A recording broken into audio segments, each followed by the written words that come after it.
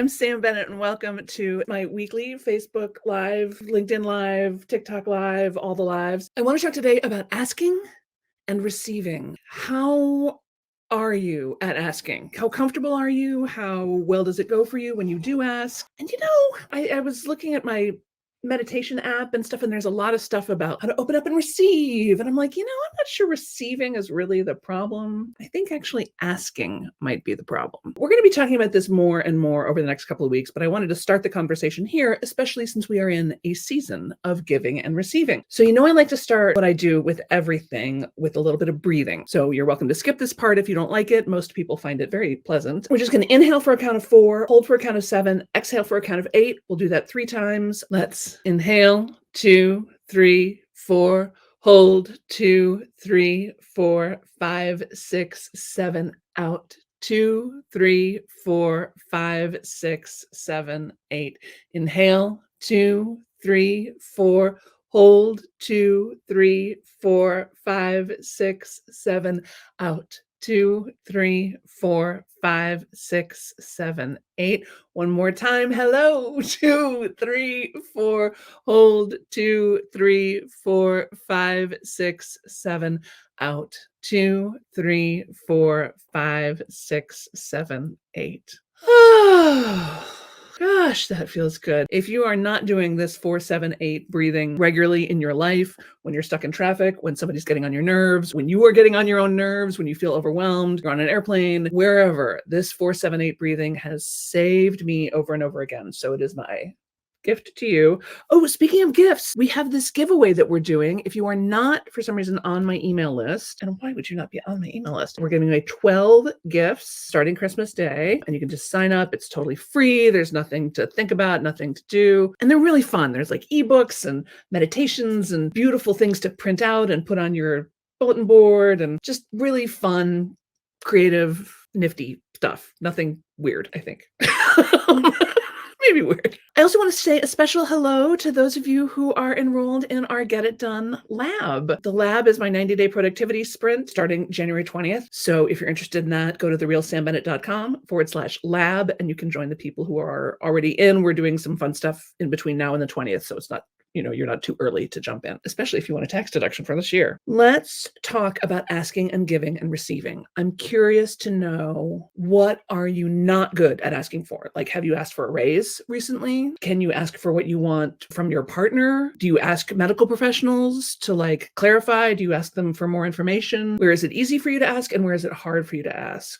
Because I noticed that sometimes there's some things we feel fine about asking for. My sister is violently allergic to nuts, always has been, like anaphylactic shock allergic. And so every time we go to a restaurant, she has to say, does this have nuts in it? Is this cooked in peanut oil? And they're always like, oh, we can check. And she's like, no, seriously, check, because otherwise we're calling an ambulance. She doesn't have any problem asking for that because it's her life at stake. And even when people are a little like, oh, sure, another allergic person, she's like, no, really, I'm allergic. So there's some things that you feel fine about asking for, and other things that maybe you feel a little uncomfortable with. So I'm wondering where that is for you. And if you want to do like a little 90-second doodle, a little drawing about how does it feel when you're not asking for what you want? And it's totally natural and normal that you would feel a little wobbly about asking for things, because it's part of our survival mechanism. We are tribal animals. We are designed to live in a group, and we are very aware of the group coming together to create a world in which we all want to live, right? So nobody wants to be the person who's grabbing, or who's taking too much, or who's asking for too much, or demanding too much attention. We don't want to be that person, because we might get kicked out of the group, which means we die. We, as human animals, as our animal self, understands if we are alone, we die. We're very aware of not wanting to ask too much, not wanting to overstep, and reciprocity is one of our survival mechanisms. I give to you with the understanding that someday I may need you to give something to me. I give you 12 days of gifts over the holidays in exchange for your name and email address so we can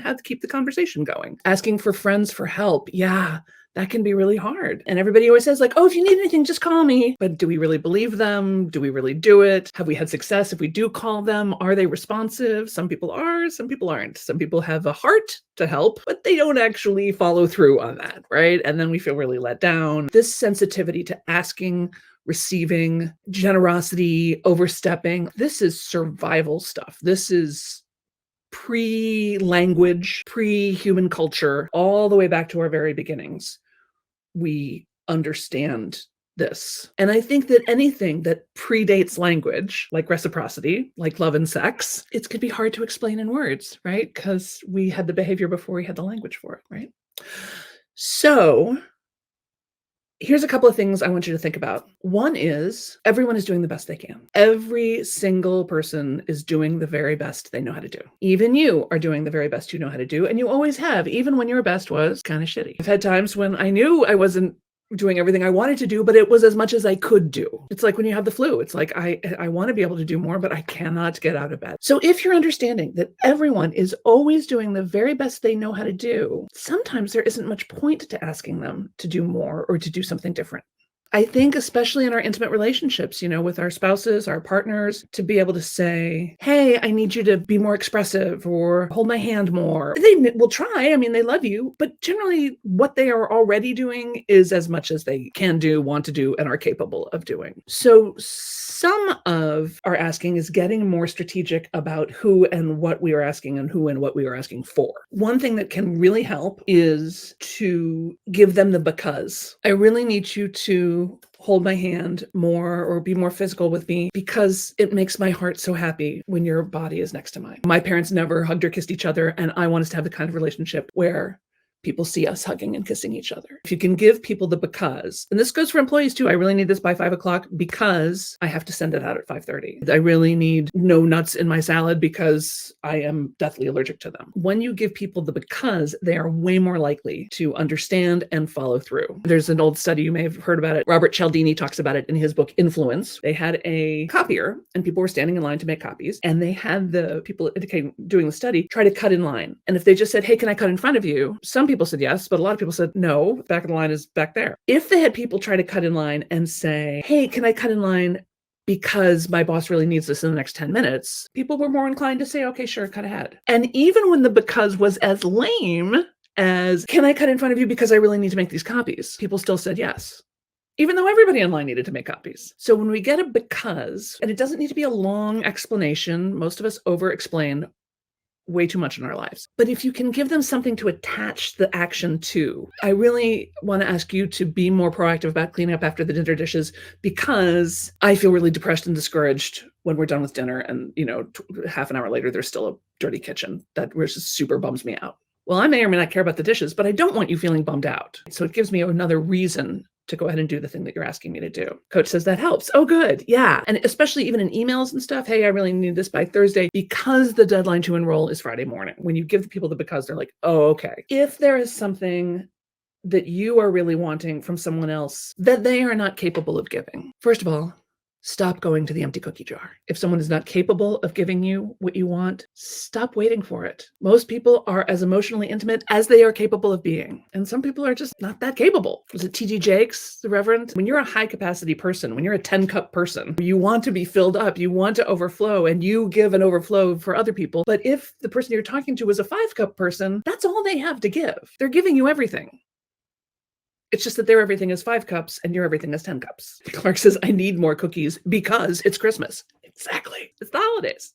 It's the solstice, for crying out loud. Happy solstice, everybody. Understanding that most people are doing the very best they know how to do, even when their best is kind of shitty. Can you give what you are looking for to yourself? Right? I really want my partner to be more affirming and complimentary to me. Well, babe, they're giving you the compliments that they are prepared to give. So can you write a letter to yourself every morning? You are so beautiful and strong. I value you so much. I love the way you take care of the details in our family. I love the way you make sure there's a hot meal when we're cold. Like whatever it is, whatever you want to be appreciated for, you write a letter to you expressing that. And I know it seems a little woo and a little self-helpy and a little whatever, and it is, but it also really works. Your brain cannot tell the difference between reality and fiction. That's why we cry at movies. That's why we get involved in books, because we know it's not really happening, and yet we feel like it's really happening. So when you write these letters of praise or words of praise to yourself, you will feel like you've received them because you have. Compliments that come from you in some ways matter most. because you all are getting a lot of positive feedback that you are dismissing completely. People are saying nice things to you all day long, and you're like, oh, you don't really mean it. Oh, no, it's not that nice. Oh, no, it's not that great. Oh, no, I didn't do that much. It's nothing. Yours is prettier, or whatever. You're getting all this, no, get those compliments away from me, and yet you're starving for compliments. When you hear them from other people, write them down. And when you feel like you need them, write them down to yourself or say them out loud to yourself. Make eye contact with yourself in the mirror and say, you are gorgeous. You are a gift to this world. You are a light. It makes a big difference. The other thing I would suggest is if you want more presents, buy yourself more presents. Wrap it up, put it under the tree. Like, that's from me to me. My favorite part in Barbie is when all the women hold up the thing and go, thank you, I worked very hard and I deserve this. And really give yourself rewards in the course of the day. And it can be anything. It can be a nice warm cup of tea. It can be a phone call with a friend. But make sure your rewards are really rewarding you. 15 minutes of Candy Crush, is that really filling up your soul? And I love Candy Crush. Don't get me wrong. I'm a hot Candy Crush player. But I find that 15 minutes spent singing or playing the guitar or going for a walk or calling a friend or writing myself a letter of compliments or whatever is a lot more joy-inducing. So make sure that if you are doing something to reward yourself, that you really feel rewarded. I love Coach Karine is like crying, having all the feels. This is great. I'm so glad this is working for you. Somebody says, I think this is why I come to this live each week. I always feel confirmed each Thursday morning. Good. That's what I want for you. Somebody else says, I did that last week. I brought myself a nice necklace for my birthday and a Levian ring for Christmas. That's wonderful. I need a bigger cup. Yeah. Get a bigger cup, receive more, give more. Another way to do that, this didn't really occur to me until just now. I am always looking for the win. So it's not just something that's good for me or something that's good for you. It's something that's good for you and for me and for the place we're doing it in and for the parking guy and for. How can I do it so that everyone is winning? My soul told me it wants me to experience more joy. This is a good way to frame it. Yeah. And I love that word joy, right? Because joy is different than happy. Joy is different than happy. Joy is even different than satisfied. Joy is a feeling you can have even in grief. Joy is a feeling you can have even in confusion. Joy is a feeling you can have even when you don't know what you're feeling. And for me, the quickest way to joy is to lift my eyes up, to notice the sky and the trees, the air and the light. For me, joy is about appreciating. For me, joy is about appreciating the world, appreciating the frailties of people, appreciating my own frailties, not just grateful for the present moment, but moved to even be here because we have a lot of friends that aren't here anymore, right? We've all lost people and circumstances, things we cared about. They come and they go. The world is temporal. Change is the nature of the world. So to take a moment and say, change is the nature of the world, and I am just in this moment fully and completely, that's meaningful. That's joyful. I'm really letting it hit your belly. And when you tune into that joy and carry that light around with you, other people feel it. They know it immediately. Suzanne says, I love woo because it leads to woo-hoo. That's right. I got to tell you, personal development works. If you do it, you have to actually do it. And that means being disciplined with yourself and not blaming everybody else for you not getting what you want. If you keep asking and they keep not giving, you're going to have to find another way around. That's all there is to it. So be sensible with yourself. Nagging is a terrible strategy. If you are nagging people, cut it out because it's not working. You may have noticed. You can't even nag you into doing the things you know you need to do. So stop nagging other people. Either do it yourself, find another way around it, or figure out another solution. Another way is to appeal to their sense of character or their values. I know you're the kind of person who never wants anybody to feel left out. And when you interrupt me in conversations, it really makes me feel left out. Or I know you're the kind of person who really cares about winning. You get all competitive when we're playing Monopoly. It kind of hurts my feelings because I feel like winning is more important than our friendship. I remember talking to my nephew when he was a younger kid. I wanted him to go around the house with me and strip all the beds and put the linens in the laundry. And he was like, I don't feel like it. I don't want to, which of course he doesn't want to. Who would want to? It's terrible. I didn't want to do it either. It's a terrible job. And I said, look, I don't want to do this either. But in this family, we help each other. In this family, we all work together to make this house better for all of us. He got it. I was like, and I know you're the kind of person who wouldn't want me just doing all the work and you sitting back playing video games. And he was kind of like, well, I kind of do. And I'm like, I know, but not for the next 15 minutes. Like, let's just do this together. So this thing of appealing to people's values, appealing to their character. Like, do you want to be the kind of person who lets me down? People like us do things like this, right? That's Seth Godin's big quote, right? People like us do things like this. Moms like us make requests like this. Families like us speak respectfully to one another, because that's how we roll. And again, you're helping people feel seen and you're giving them some connection, right? So it's not just like another thing that you're asking them to do. Who needs that, right? None of us need another thing on our lists, but you're giving them a because that is motivating. Catch them doing it right. I got to tell you guys, only positive reinforcement works. Only positive reinforcement works. Catch them doing it right and praise them to the stars. Kind of skip over them doing it wrong, unless it's really wrong. Do you have to sign up for the 12 days of gifting? If you are not already on my email list, yes, you do. I told this story yesterday. My mom, when I was in like the late 70s, she was studying to be a yoga teacher, like back when nobody even really knew what yoga was practically. It was so fringe. But my mom, ahead of her time, as always, went to Pune, India to study with Mr. Iyengar. And she came back with this chai tea recipe. It's the drink of my family. Like, I've had a million cups of chai tea over the kitchen table. And it's a great spice mix. You can use it obviously to make chai spice tea, but you can also like put it in cookies or use it as a seasoning on a rub on things. It's delicious. You get that, you get 12 days of free things. And there's even a 13th bonus thing that's going to be more about this asking. I'm going to do a full training about this asking thing. So get in on the gift giveaway. And if you have a friend, get them in on the gift giveaway, but make sure they use that link to sign up, because otherwise, if you share theirs, your records are going to get tangled and it'll get confusing. Hop on the list, therealsambennett.com/12 days, 12 days. We'll start on Christmas Day on the 25th of December, and you'll get things every single day. It's available for 24 hours, right? So you'll get it, download the thing, and then the next day check again and download the next thing, and then download the next thing.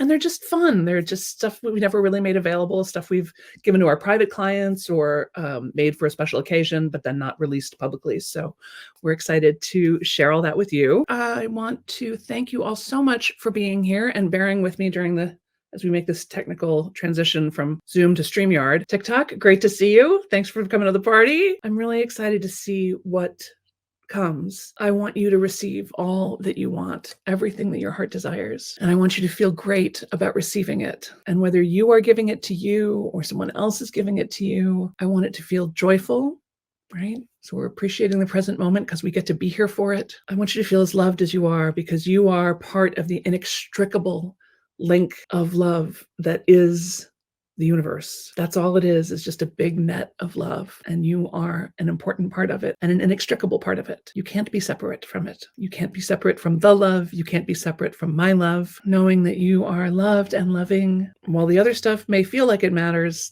that's kind of the only thing that really matters. So happy holidays, everybody. I'll see you next week, and hop on that link, therealsambennett.com/12 days. We'll get you some free stuff. Yay!